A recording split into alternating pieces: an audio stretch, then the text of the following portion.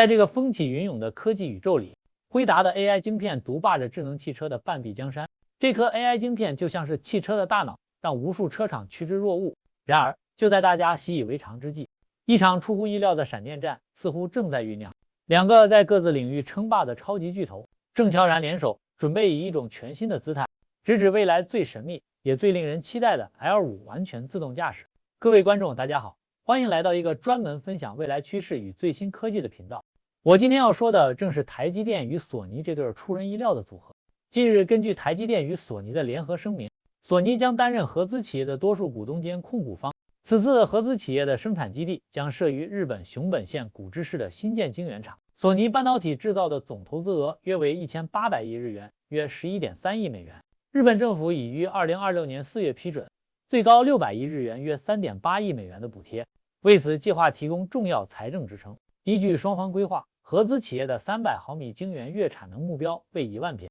量产时程定于2029年5月启动。台积电将贡献先进制程技术，索尼则主导感测器设计、晶圆厂营运与资本控制。一家掌握着全球最尖端的晶片制造工艺，另一家则在感测器与影像处理领域独步天下。他们的目标直指那个被认为是人类终极梦想的 L5 完全自动驾驶。这不仅是一次技术上的合作，更像是一场重新定义智慧汽车供应链的史诗级冒险。你可能已经在路上见过许多智慧的汽车了，它们能自动跟车、自动停车，甚至在高速公路上保持车道行驶。这些功能大多属于 L2+ 自动驾驶的范畴，就是业界俗称的 L2.5， 意思是车辆在特定条件下可以提供部分自动化的驾驶辅助，但驾驶员依然必须时刻保持警惕，准备随时接管车辆。它的核心在于辅助而非替代。然而从 L2.5 加到 L5， 这中间的距离可不是简单的几级跳那么轻松。L5 也就是完全自动驾驶，意味着车辆将在任何道路、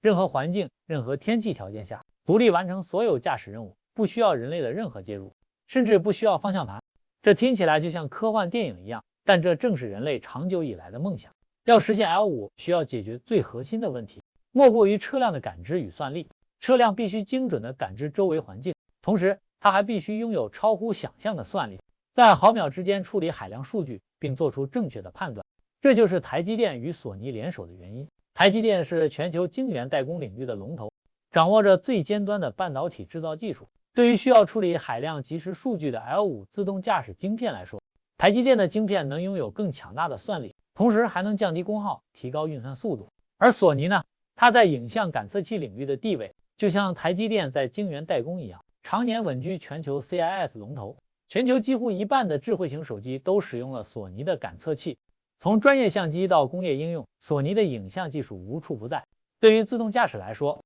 感测器就是汽车的眼睛和耳朵，甚至是触觉。它能侦测和量测物理量，将光、镭射、无线电波等转换成电讯号，让车辆看见周围的一切。索尼在影像品质、低光表现以及特殊感测器技术上的累积，让它能提供比传统方案更精准、更可靠的环境感知能力。这两者的结合，就像是给自动驾驶汽车装上了一双超级慧眼和一个超级大脑。那么，他们的目标为何直指 L5？ 这或许与一个巨大的市场机会有关。根据分析，到2030年，全球汽车半导体市场规模将会突破2000亿美元，这是一个令人啧舌的数字。而智慧汽车的晶片用量已经达到了传统燃油车的5到10倍。过去汽车上的晶片可能主要负责引擎控制、车窗升降这些基本功能，但现在从资讯娱乐系统、先进驾驶辅助系统 ADAS 到 L5 自动驾驶，每一项新功能都对汽车半导体有着巨大的需求，其中又以自驾感知和算力这两块的需求增长最为迅猛。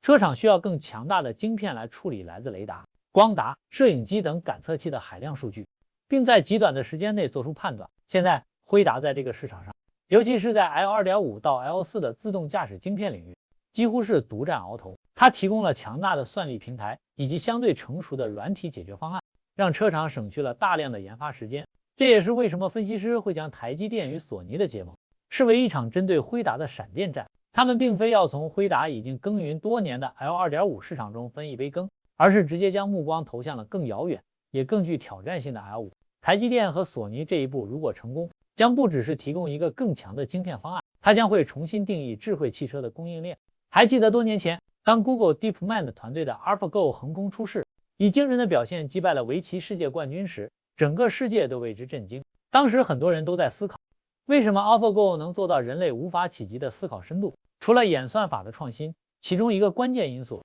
就是它背后那庞大的算力。AlphaGo 需要多达数十万颗 CPU 核心和数千颗 GPU 核心共同协作，在短时间内进行数百万次的自我对弈，才能学习和进化。这惊人的算力证明了在某些复杂问题上，机器可以借由海量的运算和学习，达到甚至超越人类的水平。L5 自动驾驶所面临的环境感知与决策复杂度，丝毫不亚于围棋，甚至更甚。它需要晶片拥有类似 AlphaGo 那样的极致算力，才能在现实世界中做出比人类驾驶更安全、更可靠的判断。因此，台积电生产的晶片所能提供的超强算力，正是实现 L5 的基石。台积电与索尼的这场联手，不只瞄准了 L5 自动驾驶。台积电在技术论坛中透露，未来汽车将全面导入 Physical AI， 车内半导体含量将较现阶段增加近2倍，核心架构涵盖中央运算 Central Compute、影像感测器、雷达、LiDAR 联网晶片与控制器。其中，在感测端部分，台积电指出 ISPC-IS 将采用 N22 与 N45 制程，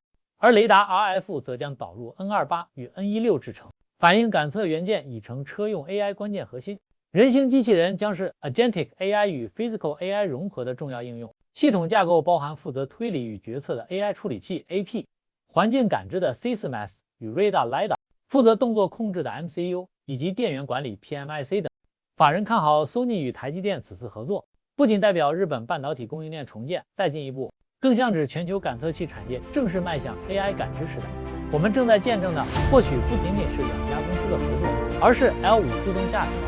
这个人类最复杂的科技梦想，从遥不可及的未来一步步走向现实的关键时刻。科技的浪潮是不会停止。这一期的影片就分享到这里。如果你想在这个疯狂的时代提早成长，现在就订阅频道，我们下一部影片见。